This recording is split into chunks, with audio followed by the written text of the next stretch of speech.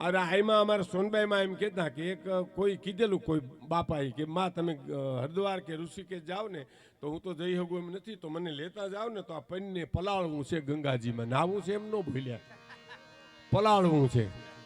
તો કે વાંધો ને તમે તમારે લઈ આવજો તમે. અને માને જવાનું થયું આ સોનબાઈ માને, એટલે કીધું કે હાલો ભાઈ તમે હાલો બાપા, લઈ ગયા. હવે એ હરિદ્વાર ઋષિકેશની ટાઈટ જોઈ અને હાડા ગગડી ગયા. અને લાકડી હાથમાં હતી ગંગાજી બોલીને કે માં નાવ તો એટલી વાર લાગે પણ નથી નાવું. ત્યાંથી કોરે આવ્યા સાહેબ. હા ઘણા તો ત્યાંથી ઘણું કરે. એક કુટુંબ હરાવા ગયું ગંગાજીને કાંઠે કે ત્યાં શ્રાદ્ધ કરીએ, ગોરબાપાને ગોઈતા ને ગોરબાપાને સામે બિહાડીને બધું કીધું તો કે ભાઈ હવે 7 પ્રકારના ધાન લાવો, તો કે એક પ્રકારનું નહોતું તો એ બાપા ગુજરી ગયા. હવે 7 પ્રકારના ક્યાંથી કાઢી દેવા, તમને ક્યાંથી આવી દેવા? કે તો કોઈ પણ એક માણસ ટકો કરાવો, તો કે મારા બાપાએ અડધા ગામના ટકા કર્યા ને હવે એક નો કરીએ તો નો હાલે.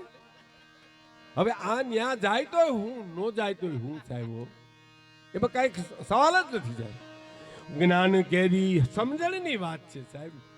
સમજણ વિનાનું જીવવું ભલે જીવો વર્ષ 1000, સમજીને જીવો 2 ઘડી તો સમજો બેડો પાર છે. મને એક મહાત્મા ગિરનારમાં છે એની સરસ વાત કરી કે એટલે આપણે કહીએ હું મારો દાખલો એને કીધું એટલે હું કહું એમ મારો દીકરો ન કરે. આ સમજવા જેવી વાત છે, બધા દાખલો લેવા જેવો છે. હું કહું એમ મારો દીકરો ન કરે તો ભત્રીજો શું કામ કરે? હાલો એ તો પેઢી પડી ગઈ ને, પેઢી પડી ગઈ નહીં તો હે. અને હું કહું એમ માનો કે ભત્રીજો ન કરે તો ગાડીનો ડ્રાઈવર શું કામ કરે?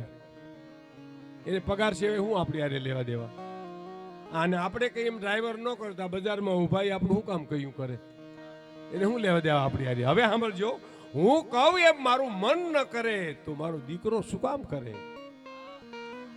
મન તો મારું પોતાનું, ઈ મારા કયામાં નથી. હું કહું મારું મન નથી કરતું તો મારો દીકરો તો પ્રારંભ લઈને મારીને જન્મો. એટલી જ વાત છે સાહેબ. મનના મંદિરિયામાં દીવો કરી દેખું, હરિદાન બાપુએ કીધું ને, એ મનનું મંદિર છે, એમાં સમજણનો દીવો પકડાવી અને આ જેમ બાપુ જીવા એમ તમે જીવતર પૂરું કરો તો તમને બસ તમને જીવાનો સંતોષ થઈ જાય સાહેબ. આપ બીજું આયો જગતરંગુ ભૂમિ કૃષ્ણ નાદ ખાયો નાટક નિદાની મેં 184 ગાયો मरी के मिटायो गायो नैन छलकायो नाथ कठिन कहानी में भाइयों यदि है तो मेरो चाहियो बख्शायो जाए मुक्त कोनो लायो जाए खेल ना खिलायो जाए. मुक्त नामना कविए कीधुं तमारो मोकलेलो अवनी ઉપર હું આવ્યો છું માણસ બનીને. હો તમારો આપ બીજો આયો જગત ભૂમિ કૃષ્ણ નાદની ખાયો નાટક નિદાની મેં દુઃખ સહન કર્યું, રોયો રહદેડ્યો, દુખી થયો, સુખી થયો. ભાઈઓ યદી હે નાટકનો કલાકાર જેમ અભિનય આપે એમ મેં કુટુંબના વ્યવહારમાં અભિનય આપ્યો. હવે આ મારો જો અભિનય તને ગમ્યો હોય તો તારે મને પુરસ્કાર દેવો જોઈએ. દેવો જોઈએ કે ન દેવો જોઈએ. અને પુરસ્કાર દેવા માંગતો હો તો મેરો પાતક પ્રસાદ, મારા બધા પાપ બળી જવા જોઈએ સાહેબ. એટલે મુક્તિ મળી ગઈ.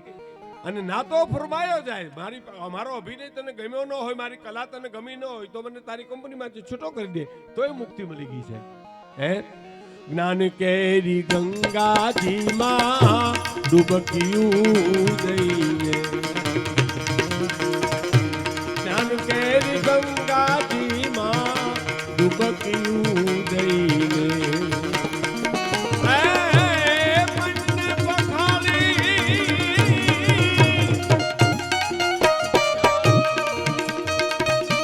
પંડને પખાડી પોતે પવિત્ર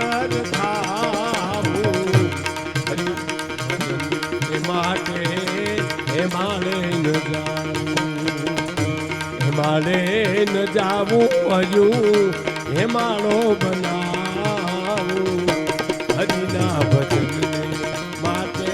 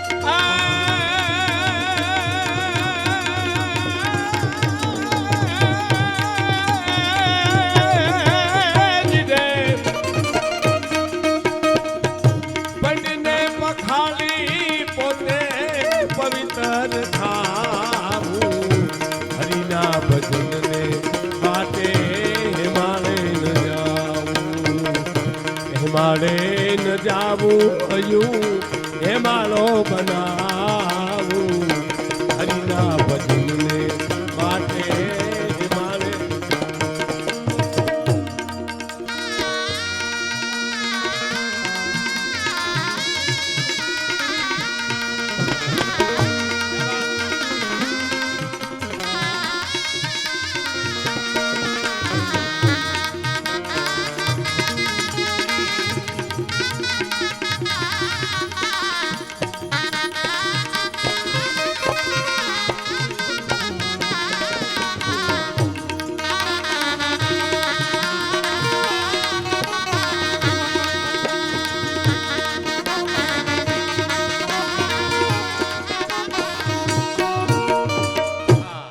છેલ્લી કડી સાંભળ્યું સાહેબ. છેલ્લી કડીમાં આખી કવિતાના પ્રાણ છે.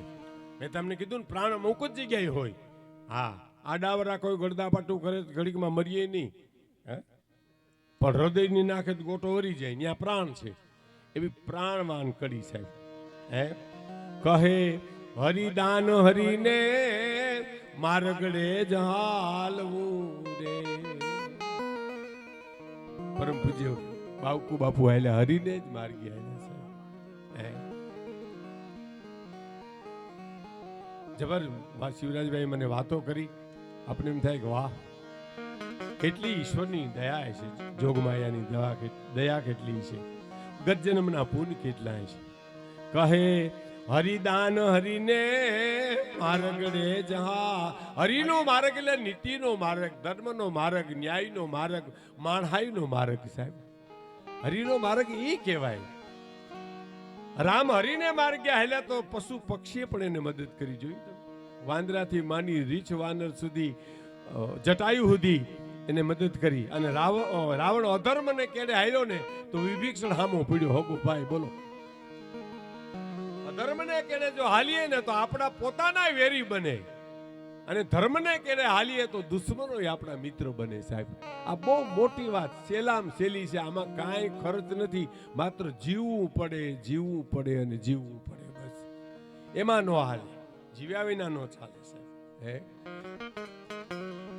રામ ધર્મને માર્ગે હાલ્યા, નીતિને માર્ગે હાલ્યા, માણહાઈને માર્ગે હાલ્યા તો પશુ પક્ષીને મદદ કરી. અને રાવણ અધર્મને કેડે હાલ્યો તો પોતાનો ભાઈ હામો હગો પીડ્યો, વિભીષણો. હવે તમે આ મહાપુરુષો બેઠા, સંતો બેઠા છે, એટલે એક વાત કરું સાહેબ. રામે રાવણને માર્યો જ નથી, સમજી લેજો. જ્યાં લખવું ત્યાં લખી લેજો. પધારો.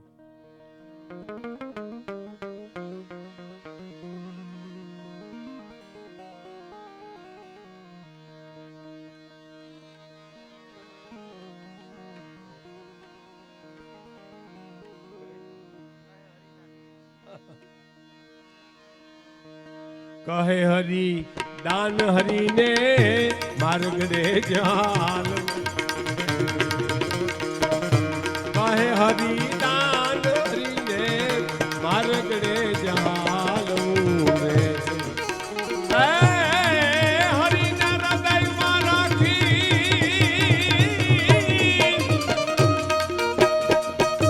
હરિને હૃદયમાં રાખી હરિરૂપ થા.